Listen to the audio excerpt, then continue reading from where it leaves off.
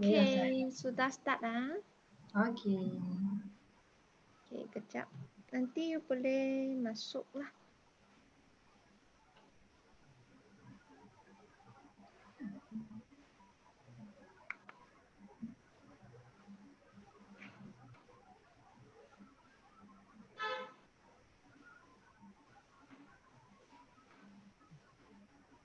Okay, rasa sudah ada. Hello.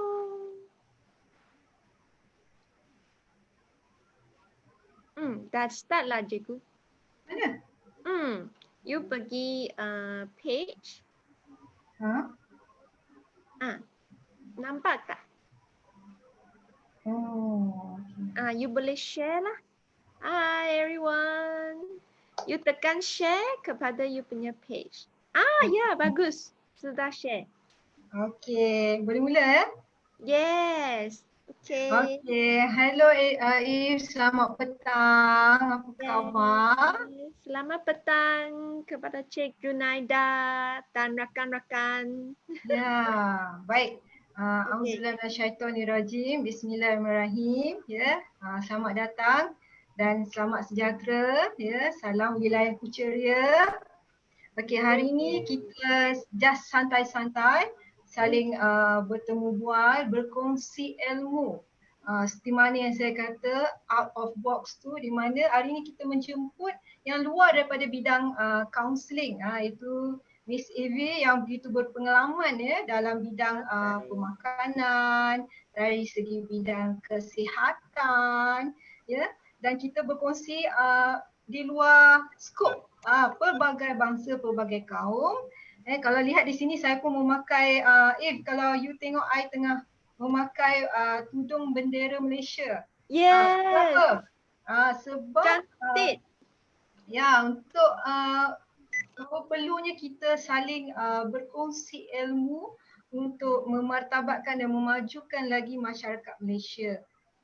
Apabila kita menguar-uarkan ataupun menghebahkan ilmu, ya, jadi aura positif, aura ilmu tu akan berkembang dan melekat ke antara satu sama lain. Betul tak If?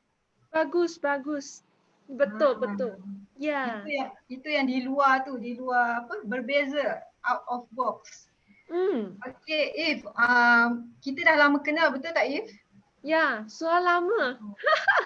Ingat saya semasa saya jadi pengerusi MJKKL Kudu, kita pernah bekerjasama dan If pun pernah buat program untuk guru-guru bimbingan dan kaunseling bangsa Kudu. Betul If? Betul. Dah lama kan? Kita dah lama kenal dan If pun pernah beri bajet dan support dari segi juga kewangan, high five, roti high five dan sebagainya. Betul If? Ya, betul. Okey If, sebelum kita memulakan lebih jauh kita punya perbincangan perkongsian ilmu ini, boleh tak If jelaskan sedikit tentang latar belakang pendidikan If? Okay. Thank you Cik Junaida.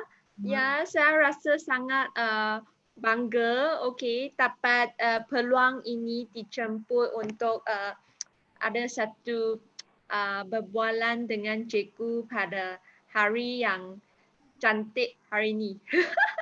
Kerana hari ini adalah first Saturday in June, betul? Ya, first Saturday in June. So fast kan, times really pass so fast. Lepas tu dah kenal lah cikgu, sudah lama. Lepas tu sangat baik dapat peluang ini untuk kongsi tentang topik ini, how your diet affect your emosi. Kerana memang pada setakat ini banyak orang pun menghadapi banyak masalah kan. Ya, okay. So tentang saya punya background, actually saya adalah sebagai seorang keusahawanan lebih kurang 6 tahun lah. Tapi sepanjang 6 tahun ini yang dulu start buat bisnes ya dalam event, so memang sangat letih, lepas tu tak jaga sehat. Tapi masa tu saya sudah start jadi fitness instructor. Sudah jadi fitness guru lah.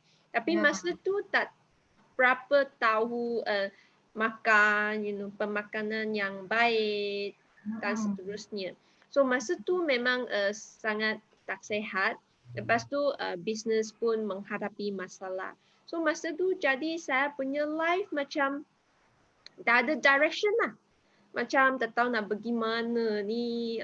Okay. So memang menghadapi serious emotion problem. So tentang tajuk ini saya bukan hanya kongsi je, saya sendiri pun mengalami situasi emotion. Ya, okay. So masa tu saya baru macam mana mengetahui penting untuk jadi kesihatan, kepentingan dia. So masa tu saya pun bagi study diet nutrition, ya, dapat mana tu If? You study diet nutrition tu. Oh, saya ambil itu apa? iTech. Dia adalah dari dia satu course macam tu.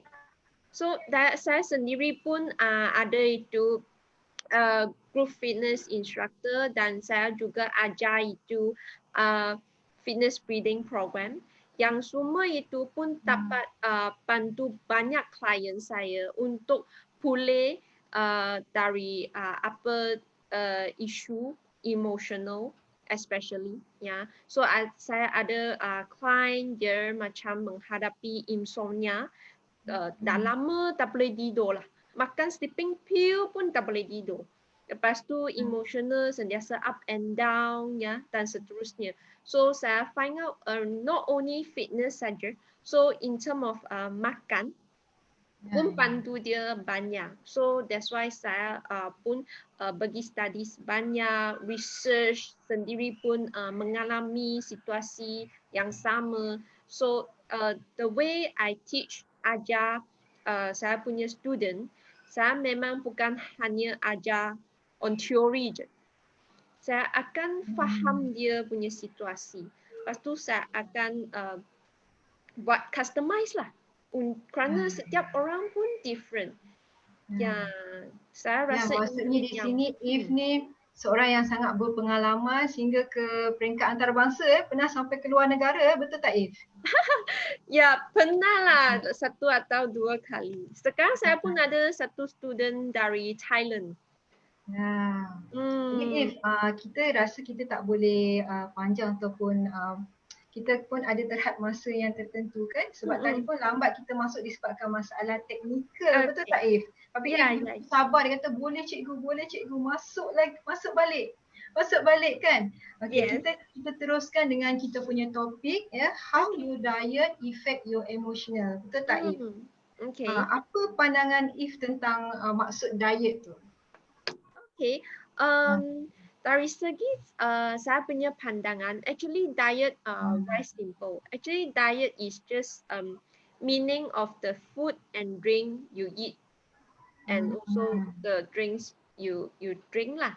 Yeah, so actually diet is something macam makanan lah. Makanan dan minuman adalah diet. Tapi banyak orang guna diet ni macam kadang-kala kita dengar orang cakap saya on diet. Betul tak? Banyak orang cakap on diet. Okay. On diet actually is something like dia jaga dia makan. Lepas tu dia mungkin dia ada goal, dia nak kuruskan badan. Contohnya. So dia sentiasa cakap saya on diet. Ya, sepatutnya diet adalah setiap hari apa you makan. Hanya macam mana you guna perkataan diet ni atas sentence macam mana. Ya, okay. So macam ada orang dia macam diagnose some sickness macam tu. So mungkin doktor akan, contohnya dia ada diabetes. Ya, diabetes kencing manis. Doktor akan suruh dia go on low sugar diet or low carbs diet. Maksudnya dia tak boleh makan makanan terlalu manis yang ada sugar yang tinggi. Ya, macam tu. So basically diet is what we eat lah. Yeah. Dari Okay, pandangan. kalau dari segi pandangan kaunseling if diet tu bukan saja dari segi soal pemakanan, tetapi diet tu lebih lagi, diet tu juga boleh kita katakan dari segi diet emosi. Emosi pun memerlukan pemakanan. Boleh tak kalau kita tengok dari segi PowerPoint yang telah saya sediakan di sini? Okay, saya Apa itu diet ya? Kalau di sini kalau kita lihat diet tu memang betul makanan yang dimakan oleh seseorang. Tetapi kalau di dalam dari segi emosi juga memerlukan pemakanan. Baik. Kalau dari segi diet ataupun pemakanan bagi emosi, saya menggunakan formula iaitu PKP.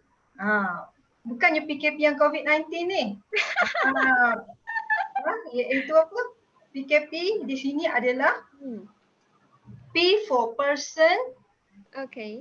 K for keep actions dan P adalah positive change. Wow, ada Okey. maksudnya. Kalau macam saya nak pergi, sebelum saya pergi kepada formula PKP iaitu pemakanan ataupun diet untuk emosi, sebelum tu saya nak bercakap tentang pemakanan dari segi Islam juga If. Kalau Nabi Muhammad SAW, ya, kami punya Nabi menggalakkan pemakanan yang seimbang, ya. Makan semasa lapar, berhenti sebelum kenyang. Ya, makan tu jangan mencampurkan di antara daging dengan ikan dalam satu hidangan, tak boleh. Dan digalakkan minum madu bersama air dan juga kurma. Kurma waktu duha sebanyak 7 biji di mana ia menyihatkan tubuh badan, menguatkan otak, ya, memberikan khasiat kepada tubuh badan. Ya, itu adalah di mana tips yang telah Nabi Muhammad SAW berikan kepada kami yang beragama Islam. Baik, saya nak sentuh mengenai diet emosi iaitu PKP. Okay. P itu adalah person. Person di mana kita perlu mengenali diri, perlu menyayangi diri dan perlu membentuk diri. Ya. Jadi macam mana kita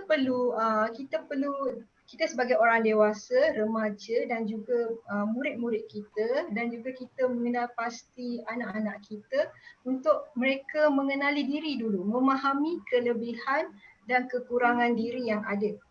Contoh macam If mungkin seorang yang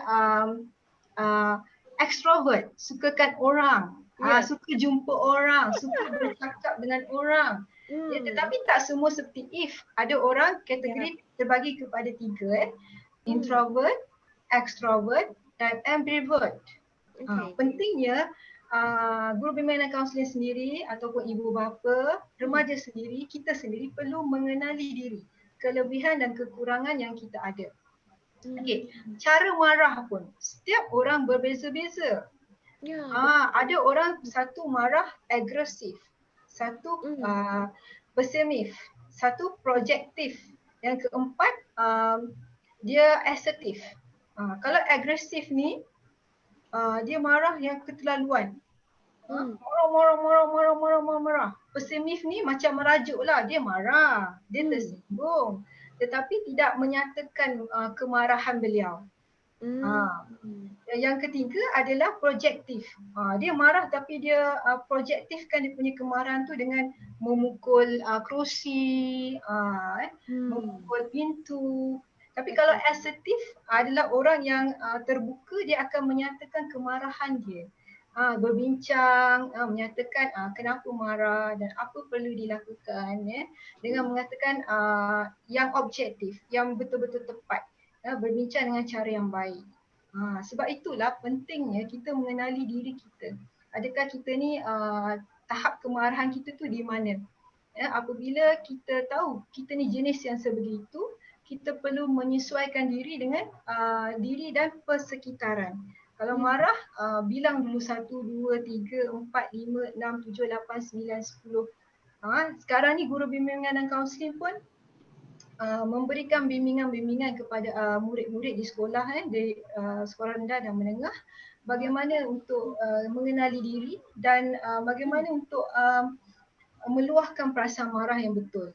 Selain itu, mengenali diri juga dari segi minat. Ada juga dari segi bidang kerjaya minat tu. Sebab tu ibu bapa pun perlu bersama mengenali anak-anak. Contoh dari segi kerjaya, riaset. Ada orang sosial, ada orang investigate, ada orang relatif. Okey, jadi perlulah mengenali diri. Okey, person juga adalah menyayangi diri. Menyayangi diri. Menyayangi diri ni kita baik semua orang lah di tahap umur, individu, remaja, kanak-kanak, orang dewasa tahu bagaimana untuk menyayangi diri. Dengan kita kalau nak pembentukan diri perlu menyayangi diri dulu. Membentuk diri dengan sebagai contoh kalau kita sebagai seorang bos kan, perlulah kita menjadikan fizikal kita, betul tak? Fizikal kita seperti bos, berpakaian kemas. Okey, menyayangi diri dengan meletakkan pada diri dengan sifat-sifat yang baik. Contoh ikhlas, penuh kasih sayang, memahami, empati. Itu penting. Jadi seperti mana yang kalau dalam Sigmund Freud, dia kata manusia ni dalam pembentukan dia punya emosi tu ada 3, id, ego, super ego. Id, ego, super ego. Ego, id ni dia lebih kepada macam kanak-kanak, kurang matang. Dia cakap marahlah.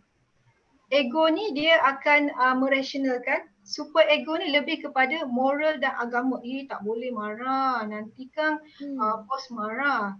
Jadi perlunya individu tu memperbanyakkan ataupun melebihkan kawalan super ego dan ego dia. Dalam pembentukan kita ni ada id, ego, super ego. Okey. Jadi selain kita nak memberi ubat kepada kita punya emosi ataupun diet emosi kita ni, kita juga perlu pembentukan diri. Membentukkan diri. Baik. If kena Jack Ma tak? Jack Ma. Jack Ma tahu, saya punya role model. Okey. Untuk Jack Ma, dia membina empayar Alibaba sekarang ni bukan mudah, If, betul tak? Ya, bukan mudah. Bukan mudah. Mungkin dia pernah jatuh, bangun, pernah ditolak oleh KFC, pernah ditolak oleh universiti, kan, betul? Ya. Tetapi Jack Ma ni tidak pernah berputus asa. Dia tahu untuk menjadi orang yang hebat, person yang hebat adalah di mana membina rangkaian. Macam kita sekarang ni membina rangkaian, betul tak? Betul. Membina rangkaian di mana mengelakkan persekitaran yang toksik dan orang-orang yang toksik, memilih orang-orang di sekeliling yang sama visi dan misi. Visi dan misi. So, macam kita sama visi dan macam misi kita berdua. Jadi Jack Ma dapat membina empayar. Dia kata bukan dia membina empayar Alibaba seorang-seorang. Tidak. Dia mencari rangkaian yang sama. Orang-orang yang sama. Jadi seperti mana yang Albert Ellis menyatakan bahawa emosi itu adalah dipilih oleh individu itu sendiri. Individu itu harus bertanggungjawab terhadap emosi yang dipilih. Memang daripada pemikiran dan pengalaman akan menghasilkan tingkah laku. Tingkah laku juga daripada emosi akan menghasilkan tingkah laku. Tetapi emosi itu, biasa kadang kita beremosi, kita tidak perasan kita marah kan. Tetapi untuk dia berterusan ataupun menjadi masalah kesihatan mental adalah dipilih oleh individu itu sendiri. Jadi selain itu, mengenali diri juga, perlu juga macam di sekolah, guru kaunseling ada menjalankan ujian kesihatan mental. Ujian kesihatan mental DAS tu kan, kalau ikut 2019 ada 1% If murid Kuala Lumpur yang mengalami sakit depression, anxiety dan stres. Jadi pentinglah mengenali diri, siapa kita. Apa personality kita, apa kelebihan dan kekurangan kita. Itu person. Okey. Untuk ubat ataupun diet emosi ni. Baik, K adalah keep action. Cuba if buka keep action. Hmm. Yes, keep action tu adalah kita perlu bertindak. Bertindak. Ya, kalau lihat di sini, ini adalah formula daripada Albert Ellis, iaitu rational emotional therapy, ya, di mana A tu adalah merupakan pengalaman. If ada pengalaman, betul tak If? Pengalaman buruk ada, pengalaman manis ada, betul If? Ya, betul. Okey. Setiap orang pun ada, ya. Ya, setiap orang pun ada. Baik.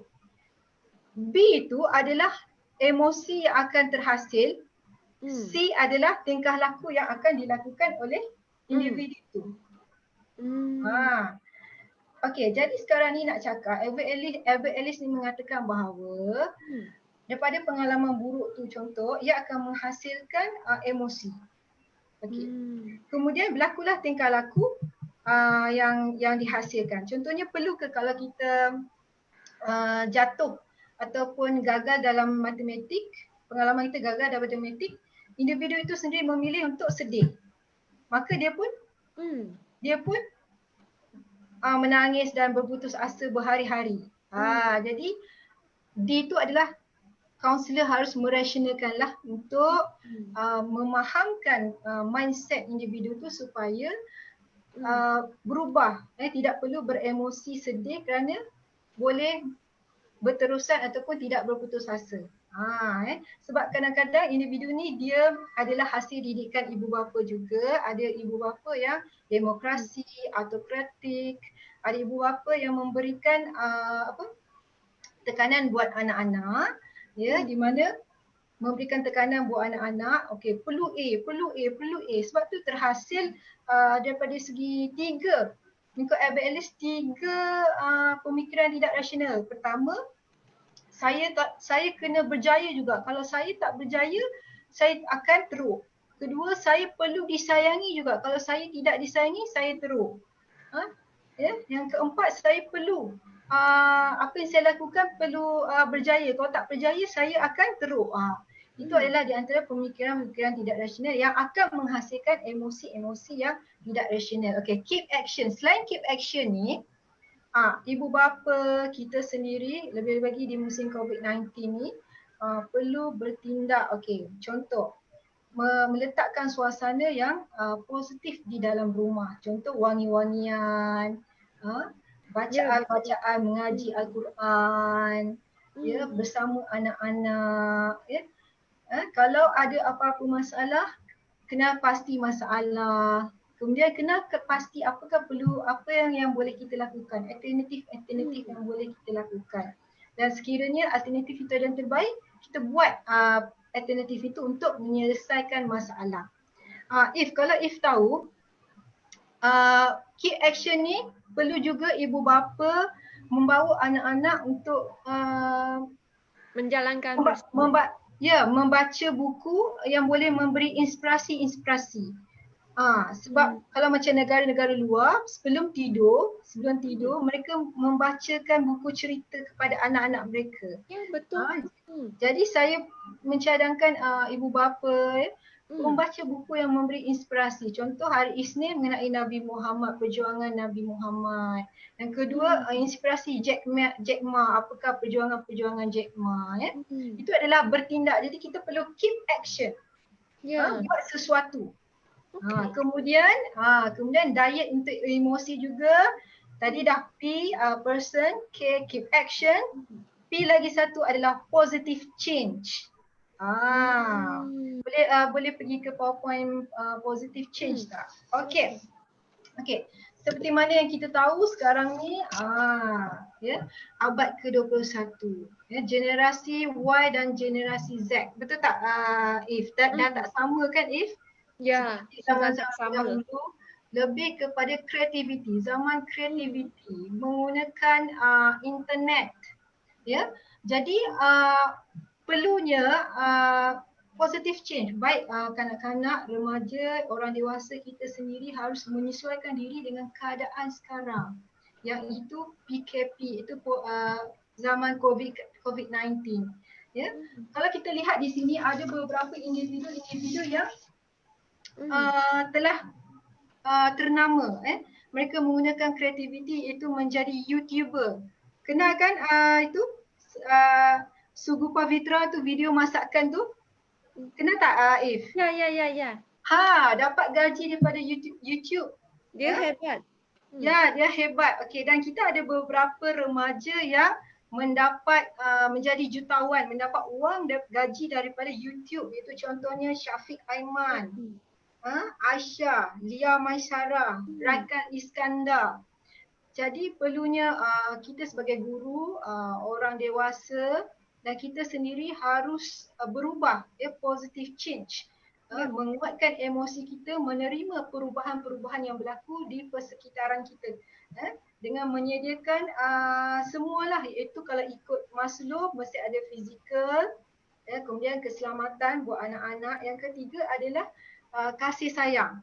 Kasih sayang ni masukkan juga di dalam rumah untuk positive change, iaitu sentiasa berdamping dengan anak-anak dan kasih sayang yang tidak berbelah bagi. Jangan pula yang sulung dilebihkan, yang bongsu dikurangkan, tak boleh, kena sama setara. Ya. Jadi itulah di antara yang boleh saya kongsikan. Itu bukan saja diet tu, bukan saja diet dari segi makan, tapi diet juga adalah dari segi diet pemakanan emosi buat kita. Jadi saya menggunakan formula PKP untuk diet emosi. P for person, K keep action, P positive change untuk emosi, diet emosi kita.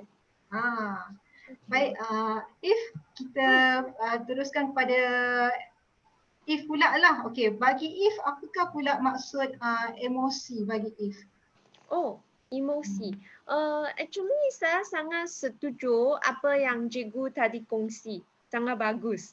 Ya, okey. Dari counselling, pun ada diet dengan emosi punya punya cadangan macam mana buat.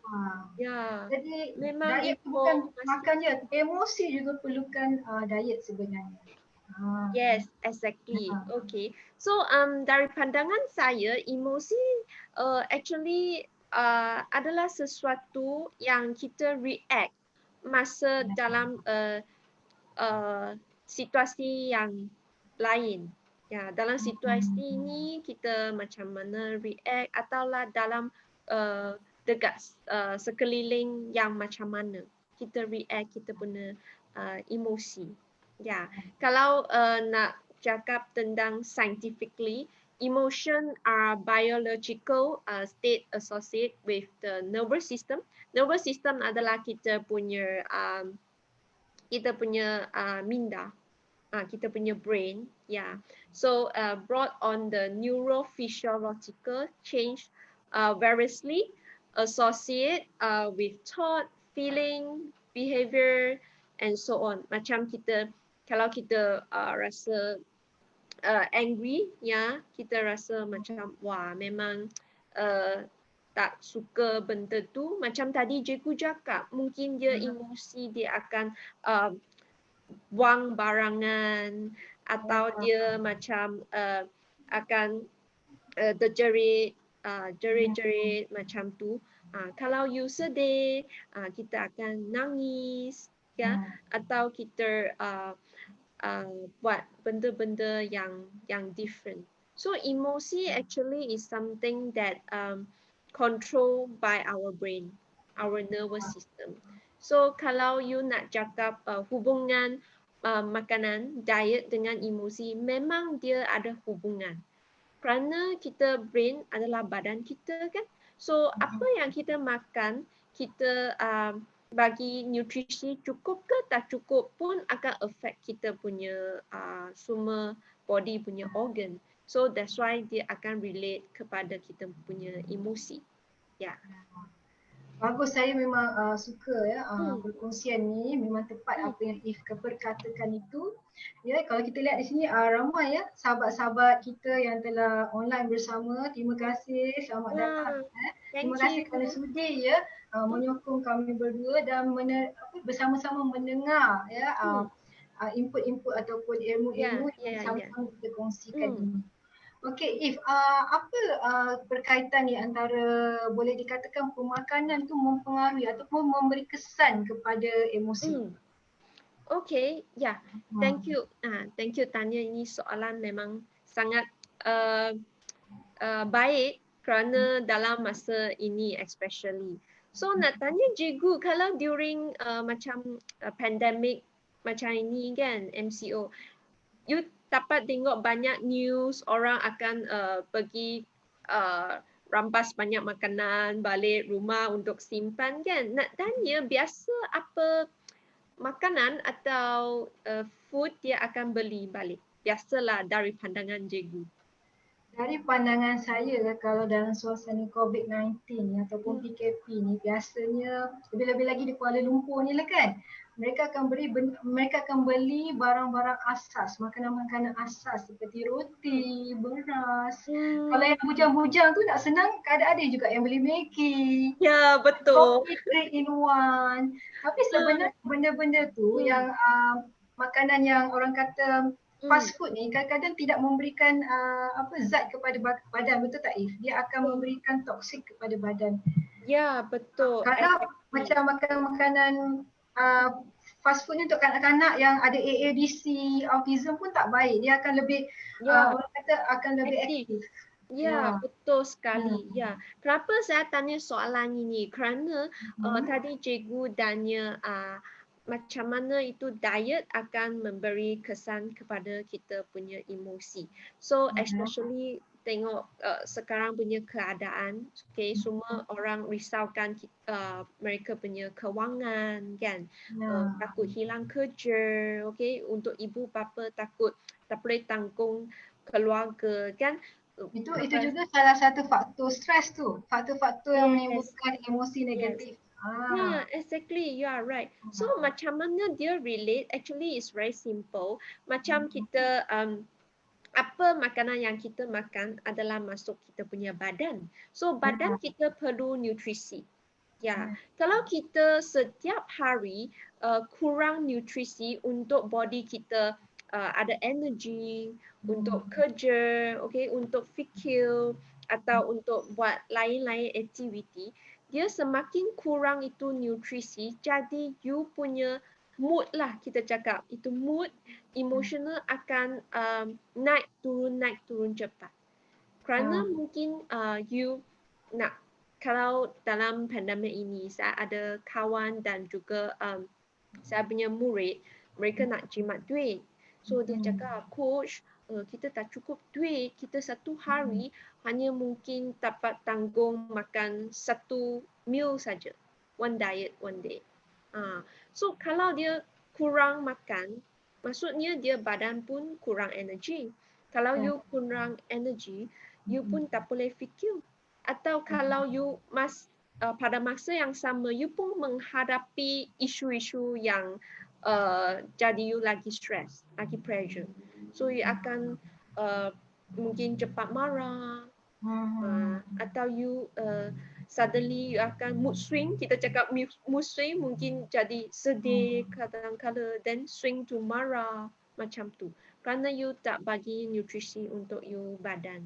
So a very good example, okay, contoh yang sangat baik. Contohnya you tanam satu pokok ke atau bunga, you setiap hari akan bagi dia air, baja, matahari, betul tak? Setiap hari you kena bagi. Kalau you tak bagi dia, mungkin akan tak boleh tumbuh cantik. Ya, betul.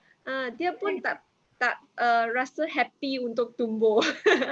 Macam juga manusia, If kalau pemakanan tidak seimbang, memberi kesan kepada fizikal dan seterusnya emosi, ya. Ya, betul. Especially tadi saya mention, emosi dia adalah dari kita punya nervous system, kita punya thinking. Kalau you punya brain, kita punya minta tak cukup makanan lah, boleh cakap, tak cukup good nutrition untuk baja untuk kita punya minda. So macam mana kita boleh fikir logically, control kita punya emotion? So contohnya macam kanak-kanak di Afrika, mereka sangat miskin. Lepas tu mereka setiap hari pun tak cukup makan. You tengok mereka punya badan, memang dia itu perut besar-besar kan. Itu adalah satu simptom yang kurang nutrisi dan pemikiran mereka akan tak bijak sangat. Mereka akan kurang. Lepas tu mereka akan emosi. Jadi So during ini pandemik, kalau ibu bapa nak macam juga jaga emosi kanak-kanak jugalah, kerana murid-murid tak boleh pergi luar main kan sekarang, tak boleh pergi luar main. Mungkin di rumah mereka pun makan tak cukup nutrisi, diet yang tak bagus pun akan affect itu murid-murid punya emosi. Ya, betul. Kalau kita tengok di Jepun kan, di Jepun macam mana jangka hayat dia yang lama kan. Manusia yang paling lama jangka hayatnya adalah di Jepun. Sampai 100 tahun. Kanak-kanak dia pun cergas, emosi pun cergas kerana pemakanan mereka yang seimbang dan juga baik untuk kesihatan. Betul. Apakah jenis-jenis makanan tu yang boleh memberikan kesan emosi yang baik?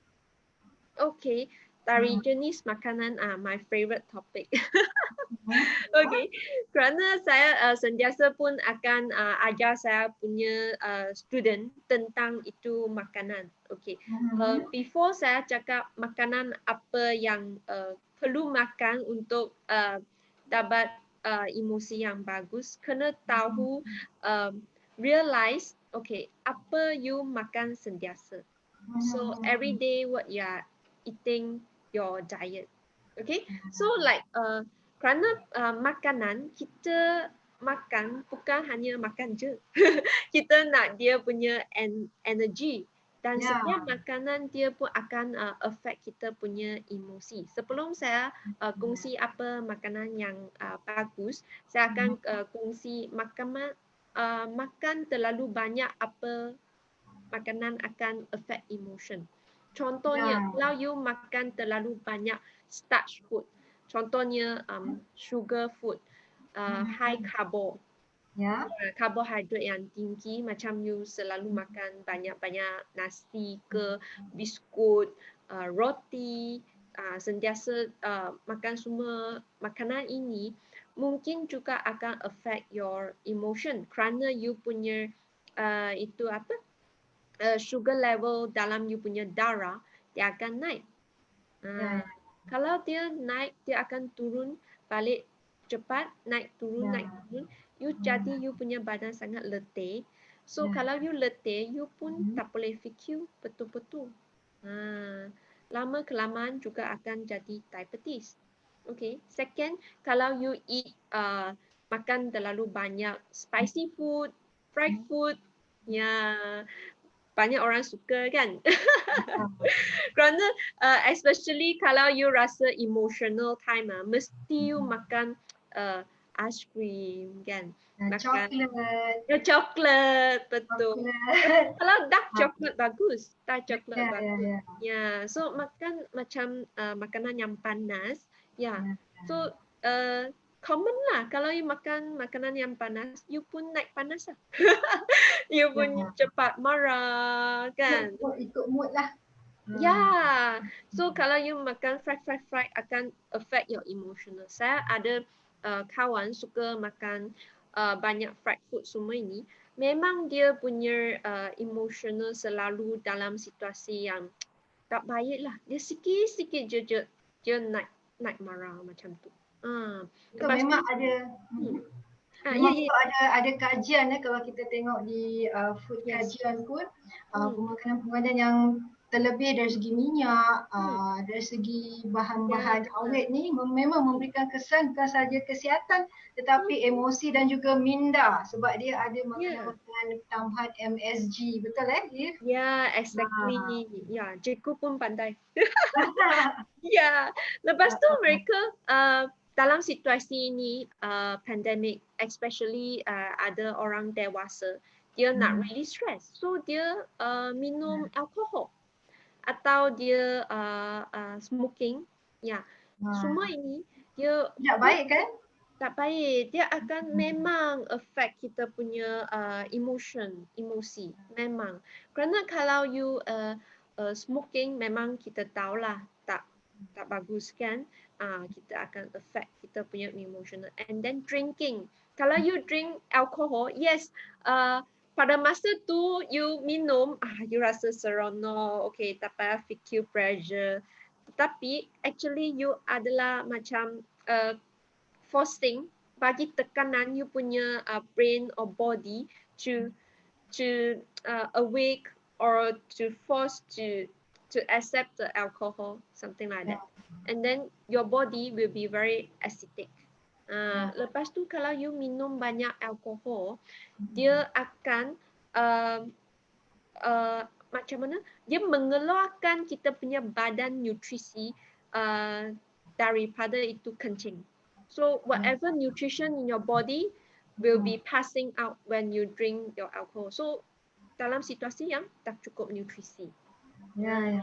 Lepas tu overtake itu meat, macam terlalu makan banyak daging ke. Semua ini akan affect kita punya emosi. Ya, kerana daging dia susah nak digest. Ya. Dia take times. Ya, kalau sekarang kita tak boleh pergi luar exercise kan, cikgu. Kita kena exercise dekat rumah. Tapi rumah you pun rasa malas. So kalau you makan daging banyak, you tak gerak banyak, dia susah nak digest. Susah nak digest, jadi you punya perut macam tak elok lah. Lepas tu emosi akan datang. Ya. Dia akan affect. Ya. Jadi maksudnya di sini perlunya keseimbangan ya dari segi pemakanan, zat yang seimbang. Perlu juga ilmu-ilmu mengetahui kandungan-kandungan yang ada pada produk food. Betul tak If?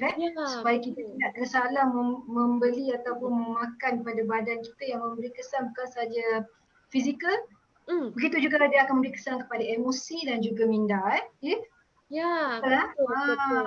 So pada pandangan saya, actually is very simple on your diet. Okay, first you kena tahu setakat ini, especially during pandemic season ini, ibu bapa, orang dewasa atau kena observe you punya anak-anak, apa makanan dia makan sekarang.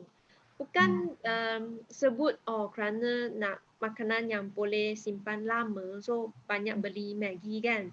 So actually Maggi pun tak bagus kan.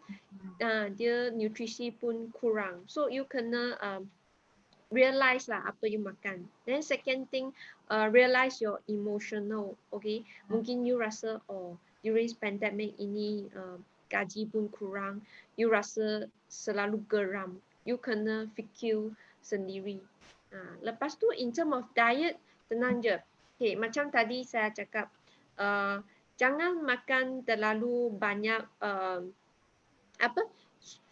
sugar type of food.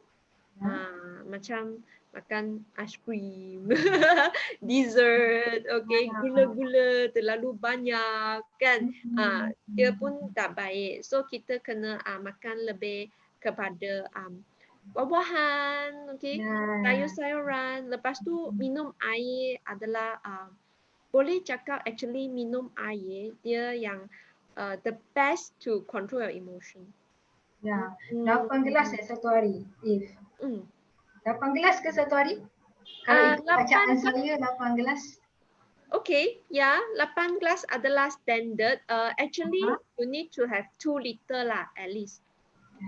2 liter. And kerana anak-anak semua dekat rumah, mungkin dia tak rasa nak minum air, mungkin dia tak pergi luar, pergi expose to the sun. Actually still need to have air. Kerana air dia setiap hari pun perlu. Bukan hari ni minum, esok tak payah minum. Itulah maksudnya 8 gelas yang standard untuk satu hari sebab air ni penting. Bukan saja untuk kulit yang cantik, bersinar, tapi untuk peredaran darah di buah pinggang kita. Ya? Jadi Ya, memudahkan pergerakan kita, kecergasan kita. ya, Okay. betul. Kita seperti mana yang kita janji nak 40 minit, betul If? Nampaknya Okay, macam dah terlebih saya sekejap. summarize sikit. Ya. If boleh summarize? Ya, okay. Ya, So, If boleh dari summarize. pandangan saya untuk topik how your diet affect your emotional, macam tadi Cik Junaida cakap memang sangat betul. Betul. Go for balanced diet. Okay. So, jangan terlalu makan makanan processed food. Ya, okay. Lepas tu buat sikit exercise, you boleh buat kerana saya adalah cikgu ajar itu fitness breathing untuk pernafasan. Through this exercise saya bantu banyak saya punya client untuk dapat stable emosi dan pemulihan dari atas kesihatan mereka. Yeah, so you can do some breathing exercise, okay? And of course macam kita boleh, macam cikgu tadi cakap, baca buku untuk stable kita punya emosi. Kerana kalau you makan makanan yang nutrisi, tapi you punya lifestyle you tak change, pun tak boleh match. Yeah, so makanan seimbang dan lifestyle change macam tadi Cik Junada pun ada sebut, memang baguslah cikgu. Tidur awal, jangan main phone sampai terlalu lewat. Kerana you lewat tidur, you body dah ada chance untuk detox. Tak ada chance untuk cleanse. So kalau tak ada chance untuk cleanse, esok pagi mungkin you rasa letih kan, you rasa tak ada tenaga, emotion semua akan datang. Yeah, so to summarize, saya memang harap kawan-kawan, okay, sekalian, ibu bapa, orang dewasa ke atau kanak-kanak di rumah, jaga makanan, especially during this pandemic, untuk kita selalu sehat, baru kita boleh fight the war kan? Yeah. Yes. Okay. Yeah. Thank you.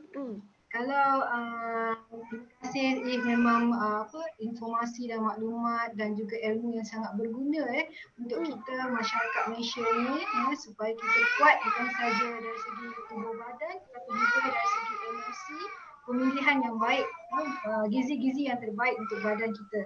Baik, saya juga nak merumuskan di sini macam If mengatakan tentang diet yang baik untuk kesihatan, diet pemakanan yang baik untuk kesihatan. Tapi saya pula dari segi kaunseling, emosi juga perlukan pemakanan. Memberikan pemakanan buat emosi. Dan saya menggunakan formula PKP tadilah. P for person, di mana kita perlu mengenali diri, menyayangi diri dan membentuk diri kita, keep action, perlu bertindak. Sekiranya kita beremosi, sekiranya kita bermasalah, apakah yang perlu kita bertindak untuk mengawal permasalahan ataupun emosi kita. Dan P pula adalah positive change. Kita perlu berubah, transformasi, perlu kaizen, berbentuk perubahan dengan situasi yang melanda COVID-19 sekarang. Macam kita beri contoh Sugu Pavitra kan, dia boleh mencipta sesuatu di mana dia boleh pula mendapat gaji daripada YouTube daripada COVID-19 dengan video masakan-masakan dia tu. Betul. Jadi macam parents pun patut buat sesuatu aktiviti bukan saja untuk anak, untuk diri sendiri, aktiviti-aktiviti di rumah. Contoh pergi mengecat. Itu dapat release baca. Macam kami ni boleh juga membuat art therapy. Art therapy di mana boleh buat adik lukiskan gambar pokok, orang, rumah. Jangan kita pula kita sebenarnya kalau kaunseling kita boleh baca kalau orang di sini apa, rumah di sini apa, tapi jangan pula kita terus cakap nanti macam kita macam seolah-olah judge dia anak kita yang cerita. Jadi ia sesuatu yang menyeronokkan ketika berada di rumah. Dan memang perlu kita menggalakkan meningkatkan kreativiti dan globalisasi ni dengan menggalakkan. Contohlah apabila anak-anak kita mahu membuat video atau kreativiti tersendiri, beri sokongan.